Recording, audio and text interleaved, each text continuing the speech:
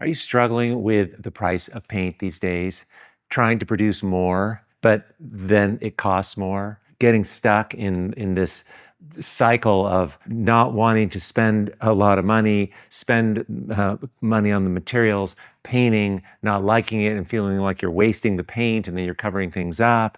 And this is a vicious cycle because the tighter we get with these materials, because they're valuable and they're expensive, then the more the work kind of suffers, and then we have to kind of make more work, or we have to cover things up because it's not so good. If you have any of these challenges, what I'm going to share with you, I think will be really helpful. I remember when I was trying to make larger work, and I had got these big canvases and I was painting on them, and I didn't have a lot of paint. So I would try to use the paint thinner, and it just wasn't very fun for me. And I was just spending I just go through so much paint. I was happier when I was painting smaller because I liked painting thick.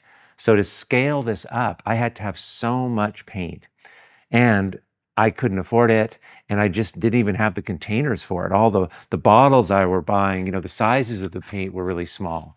So I found house paint and realized that at many house painting stores or Home Depots, home improvement centers, that you can get secondhand paint that has been, people have ordered it and they didn't pick it up or they didn't get the right color. And you can just kind of ask around. It's called oops paint. Basically, it's latex. And this really works if you paint with latex, which I do with acrylic.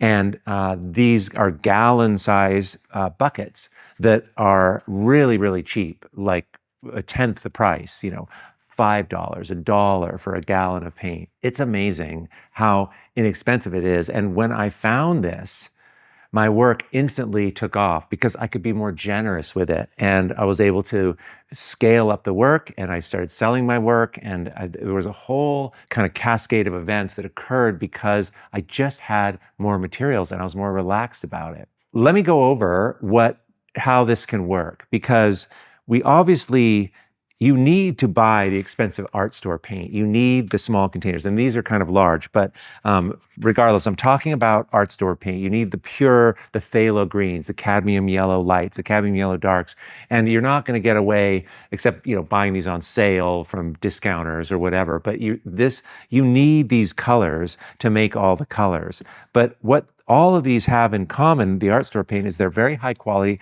and they're extremely saturated. If you look at this painting over here, most of this painting is not saturated. Most of your painting, this is a bit of an exception. This is very cad red, but in general, most of the work, you're not painting highly saturated all the time. So you can use house paint to mix this in.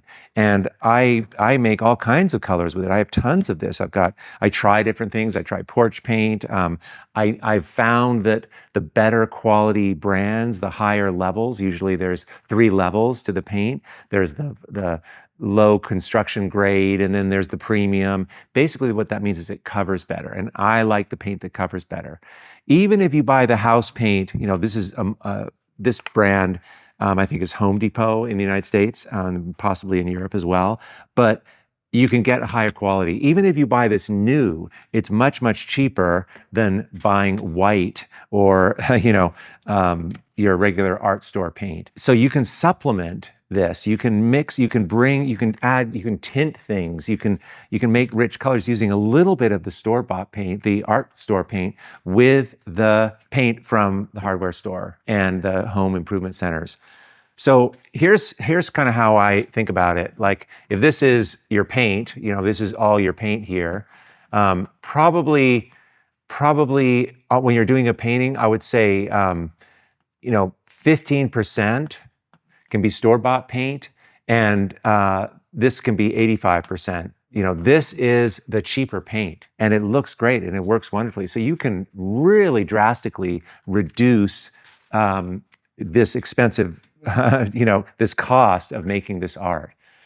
Not to mention adding fillers to the paint, gloss medium and other gels and things that kind of extend it. But really the key to this is getting some good quality house paint and mixing it in. There, it's completely compatible. I've never had a problem. I mean, acrylic, latex paint, you can mix it all together. So this is a powerful solution, and I hope that, have some buckets so you can mix this, especially if you're working larger.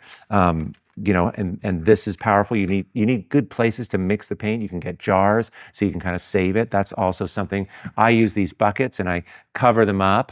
The lids of them are all 12 by 12 panels, but saving the paint as you're painting, mixing up more than you need, then you can use it on other paintings. That also saves a lot instead of throwing it away all the time. I'm kind of working in containers more so than on a palette. Let me know how you save money with your paint, what ideas you have. I know there's a million ways to do this, but we just don't want the cost of this, the high cost of these colors and these materials to impact your art and make it feel like you're stingy and you can't afford it. You want to paint like a millionaire. Awesome. I hope you get out today and make some art, and I will see you next week on the next bloom. Thanks, everyone.